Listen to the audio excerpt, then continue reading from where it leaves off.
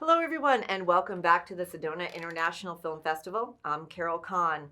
We are coming to you live from Sedona Rouge Hotel and Spa. Sedona Rouge is one of our sponsors, along with Broadcast Rentals and Sedona Advertising Agency.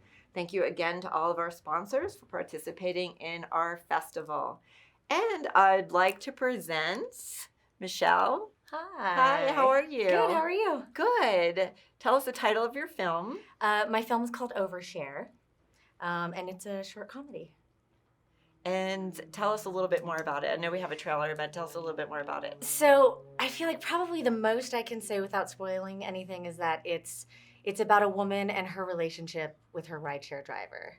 I kind of feel like myself, every time I get into a Lyft or an Uber or something like that, alone as a woman, it's a whole experience. There's like all kinds of things I'm fielding, and it's about they have a relationship that develops in surprising ways. It's about that whole thing. I know I did watch the film, and I was laughing in some parts, and then I also thought too, if I was in that position, because sometimes you're not really sure what to do when you're in either a cab or ride share or whatever it is. You want to ask questions, you're not sure if you should be talking, not talking. Yeah, I mean, I feel like I spend a lot of my time in ride shares like trying to fizzle out the conversation. I'm like, I don't want to keep talking to you necessarily. There's a moment where Hazel, played by me, actually like puts her earbuds saying, "Oh, I've got to take this call," and it's just music. And that's something I do almost every time I get into a ride share. Because I'm like, I'm just done. I need to respond to these emails. I need to do things. I'm not just here to chat with you. So let's play a clip and then we'll talk more about it. Okay, cool. Hey, H. Headed to work? Headed to a meeting. So, sort of. No. Look, you don't need to pretend you're on the phone, by Sorry, the way. can you drive any faster than this? Sorry, guys, I do like to talk. What'd you say? I keep offending you. I've never done this before. Are you okay back there? Don't pull over. There is a plan here.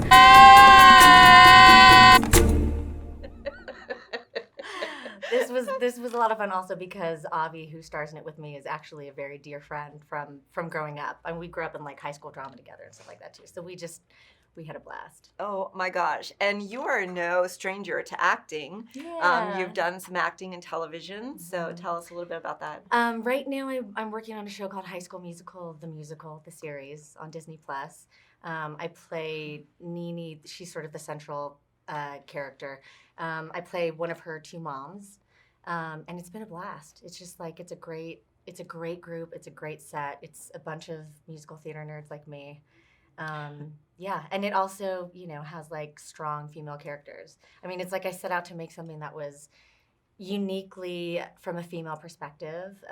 I do actually feel like, a lot of my guy friends don't realize sort of the unique situation a woman is in when she gets into a rideshare alone. It's actually a whole thing. Like friends, I mean, I've talked about it with friends. It's like you're getting hit on. People are trying to get your private information sometimes, or they want your Instagram handle. It's all a little, weird. And I just thought, this is something that it's light. It's unique from a female perspective. And but I thought this will be, an interesting thing. There's other developments, but there's other turns in it. And then we actually had an entirely female production crew, and it was amazing. It was an amazing, really supportive, wonderful set. It was all very female empowered. I think that's amazing to me too, because times are definitely changing. Yeah. And it's such a pleasure just to see that more now. And you've been in Hollywood, you've been in television.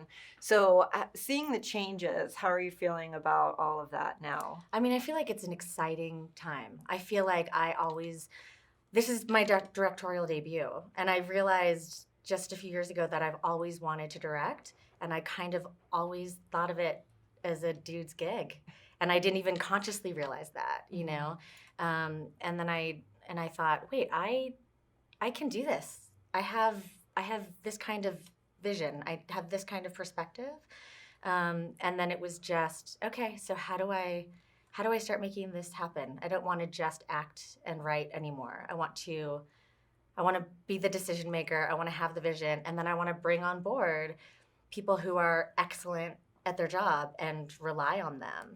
I shadowed Jill Soloway directing, and she was like, they were like, that's one of my biggest secrets is you bring on people who are excellent at what they do and rely on them, trust them. And then it's like empowering. Right. And people feel empowered and everyone can bring their best work because they don't feel like they're boxed in, you know, in their lane. Right. And being an actress, though, that actually helps you in the perspective of directing. I mean, for me, it does, you know, because it's coming from an actor's perspective, having started as an actor, it's all about the story for me. So I really am looking for character arcs. I'm looking for story arcs. And, you know, that's what I'm really after. I want to then bring on people who are technically and creatively excellent at what they do to help tell that story. But it has to be about that, you know, development. Mm-hmm. So that's, for me, that's where starting as an actor really funnels into it. And, you know, things in you know, LA and New York, actually, everything is so competitive. Mm-hmm. So how do you find your mark? Like, where is it that you know, like, okay, I can do this, mm-hmm. or meet the right kind of people, or... I don't know that I ever think about meeting the right kind of people, honestly. I probably should. That probably wouldn't hurt. I feel like as I go along in this business, it's been a while for me now, I feel like it really comes back to the things that mentors and panels and people said to me in college, where it's like, it really comes down to you are the only one who has your voice. You have your own unique perspective and voice. You can't try to tell speak from anyone else's voice, tell someone else's story. You know, that is where you will, that's where you'll thrive. That's where you can only offer yourself, and no one else can. So now with every role that I approach, I fight to not fall into that trap of, what are they looking for? I'll bet they're looking for this kind of character. I'll bet they're thinking she's kind of like this. And I try to really just come at it from what would make this character the most interesting to me, you know? So yeah, and then that's another reason why I set out to make something was because for Asian American women in mm-hmm. film and TV, we still have there's a real lack of representation. And it's generally the best friend character, the neighbor character. It's, you know, we all know it's rarely a central character.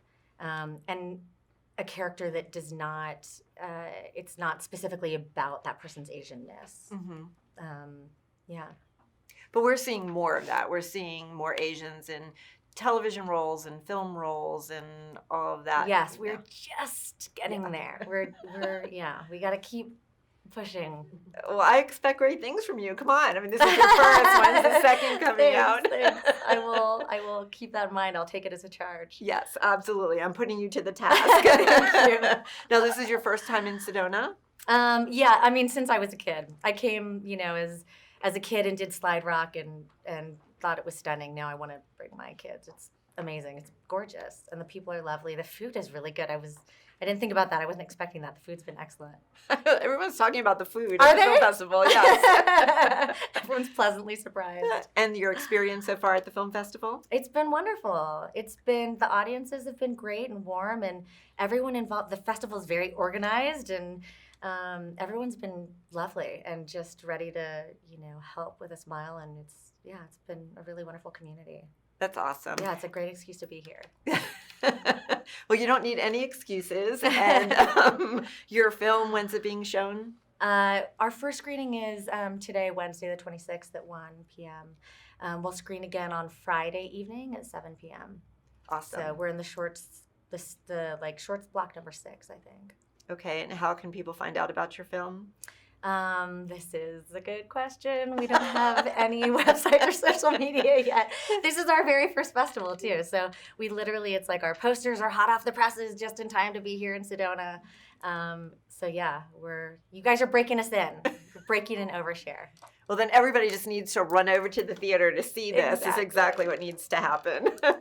Well, Michelle, thank you so much for being with us. Thank It's a you. pleasure really having This you has here. been fun. Thank you. Yeah, and if you're following us on social media, remember hashtag Sedona Film Fest 2020 and hashtag Sedona Film Fest 26. We'll be back with more filmmakers after this.